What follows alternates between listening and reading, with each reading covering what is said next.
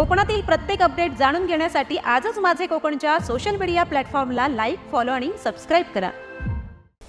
रत्नागिरी जिल्ह्यातल्या राजापूरमध्ये उद्धव बाळासाहेब ठाकरे शिवसेनेच्या नवीन पक्ष कार्यालयाचे उद्घाटन संपन्न झाले। यावेळी बाळासाहेबांची खुर्ची परत द्या अन्यथा शिवसैनिक पेटून उठेल आणि राजन साळवी यांच्या घरावर हल्ला करतील असा इशारा संपर्क प्रमुख चंद्रकांत नकाशे यांनी भर सभेत दिलाय। आज आजी आमदार विद्यमान आणि माजी आमदार यांची थोड्या दिवसांत झटापट होईल, काय होईल याचे साक्षीदार आपण असणारच आहोत।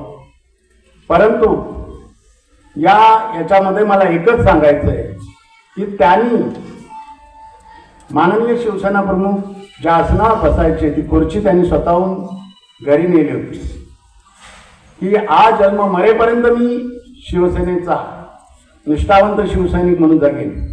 आज काय झालं ते पळाले।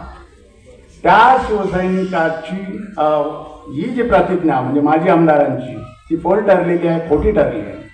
तुम्हा आम्हाला त्यांनी फसवलेलं आहे आणि स्वर्गीय बाळासाहेबांची पवित्र खुर्ची स्वतःच्या घरी नेऊन ठेवलेली आहे।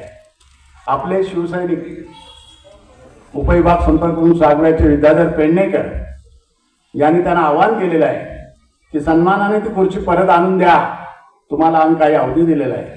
आज विनायकराव साहेब व्यासपीठावर आहेत।